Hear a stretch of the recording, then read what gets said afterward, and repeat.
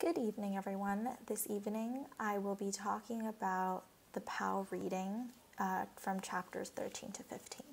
So to start off with, in chapter 13, it details her trial.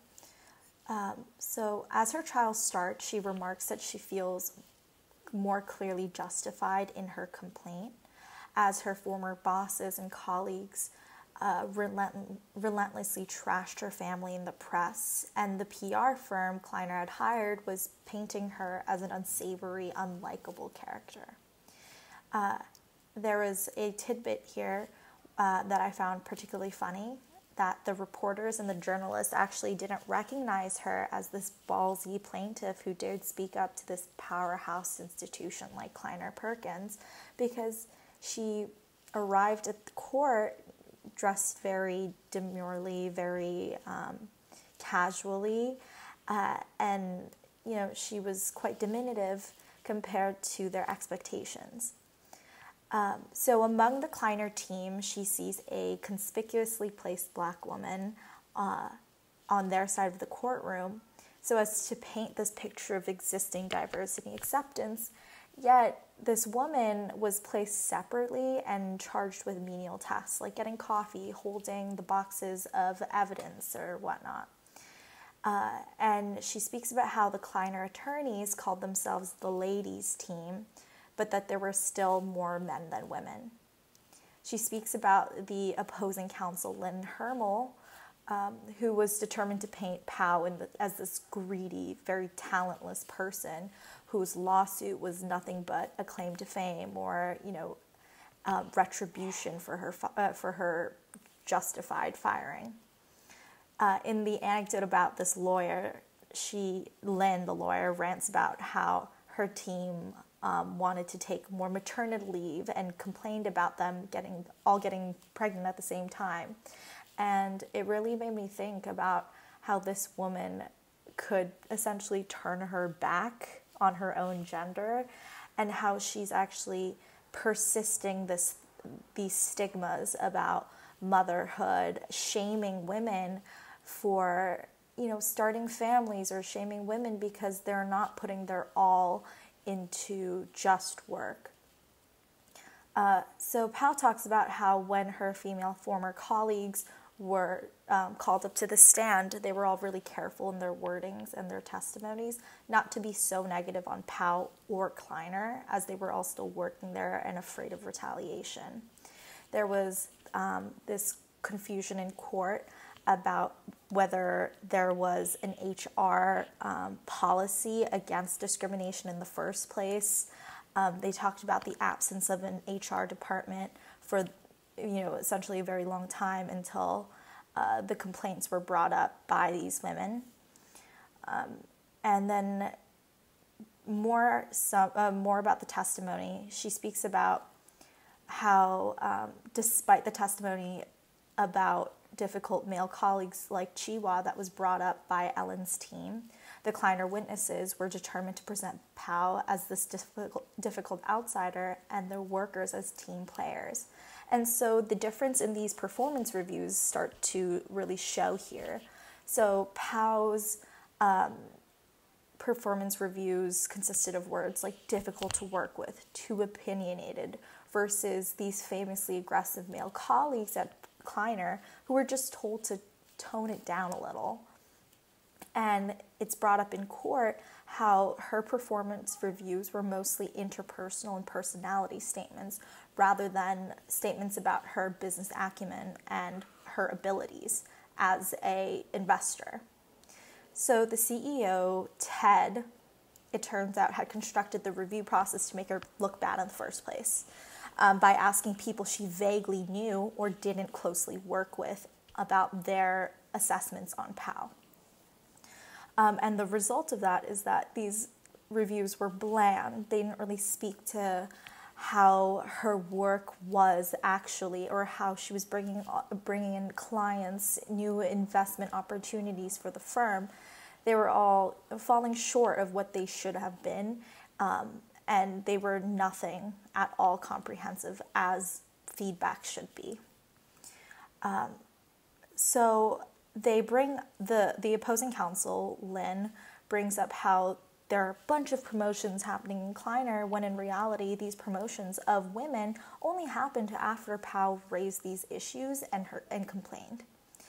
And it becomes clear here that it was more than just random actions and a couple of bad actors, as Ellen previously spoke about in early chapters. And she brings up Sheryl Sandberg, Lean In, as being a total failure. In, I think, chapter 5 or 6, she attempts to make good on Sheryl Sandberg's advice to pull a chair up at the table. But what she didn't realize is that lean in only really works if you're a white woman who's well off, who's, of good social standing. If you're anything but, it really paints you in this light as being overly aggressive, overeager, having sharp elbows. So Lynn asks during her cross-examination of Pao, "You've never done anything for women, have you?" But did Lynn? Pao helped drive investments in 6 women founders during her time at Kleiner. And after being fired from them, she became an angel investor at Reddit and invested in 9 more companies. Among the CEOs of those companies were women and immigrants and people of color. Pao's inability to correct or provide clarity during the cross-examination made her seem stoic, and the press really played on that and provided credence to what Kleiner and its witnesses were saying during the trial. The criticisms really boiled down to her being too aggressive or not aggressive enough, too tough, too weak, didn't go with the flow or asserted herself too much. And, it brings up this thought of Goldilocks, like nothing is quite right. And that goes to show you just can't win in these. She couldn't win against Kleiner because the system was already set up against her. And what the testimonies and trials ultimately showed, that Kleiner was a pattern matcher, and they say that in their mission statement. But what it really means in reality is that they find people who fit their culture. So these employees end up being white and male. She also mentions how her husband fell victim to Kleiner's bad PR praying. And that really reminded me of Geraldine Ferraro and her husband, and how her entire family was preyed upon by the press and the public because of opposition to her political stance and position. So just to end this chapter, there's this funny point where Ted, in a critical question from a juror, responds, "What's the difference between confident and cocky?" And I think that really just says it all about the culture that Kleiner had. Very blasé about the real issues at hand, and there's this sort of unwillingness to even address the crucial problems at hand. So chapter 14 moves on to about the verdict coming down after 5 weeks. With a vote against all 4 of Pao's claims. During the initial polling of the jurors, it was found that a single juror had changed his mind on the way to the courtroom, and so the judge ordered them back to deliberate further. But the original 9v4 against Pao ultimately became a 9v3, or a 10v3. She acknowledges that the suit was a long shot, as they were outnumbered and the press had started already against them. In the aftermath, all these big publications had swung in Kleiner's favor, which to me was a sign of big dogs siding with other big dogs. But later on, the press switches more to Pao's favor and becomes more sympathetic to her cause. Pao mentions the outpour of support following the trial and how the firms she invested and supported during her time reached back out to her and, encouraged her and thanked her for all the support she gave them in the beginning of their careers. And I think the crux of the chapter really rests in this one statement. Ellen Pao is unlikable, therefore Kleiner Perkins is not gender biased. But I think there's this thought gap. Those two things are not cause and effect. Maybe Ellen Pao really is an unlikable character, but that doesn't mean that that gender discrimination just simply didn't exist at Kleiner. So despite the failure of the trial, she really broke a lot of glass and blew a gasket in the formerly impenetrable tech industry. She exposed how tech firms were lax toward human issues, that deals were being made at strip clubs, and shocked the world that a woman could bring such a case against powerhouse firms like Kleiner. She talks about her work as the CEO of Reddit and how she raised money to donate to Nepal's earthquake relief efforts and removed some of the worst harassments existing on the site, the latter of which brought some of the most repulsive hate onto her life. And, despite that, she did more to bring down harassment and hateful speech off of Reddit. But that was the last thing she did as CEO of Reddit. She grew the user base by almost 50% in 9 months, cemented Reddit's core values, removed stolen or revenge porn off website, and overall made the website a much safer environment.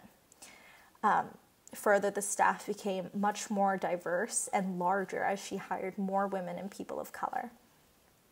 Her end at Reddit came as Alexis Ohanian, founder of Reddit, flubbed a firing and left her to deal with the aftermath. The blame was shifted to her, and the public outlash led to board members pressuring her to step down. Her replacement, Steve Huffman, who is also a co-founder of Reddit, threw a party to celebrate his hiring, at which a woman was groped.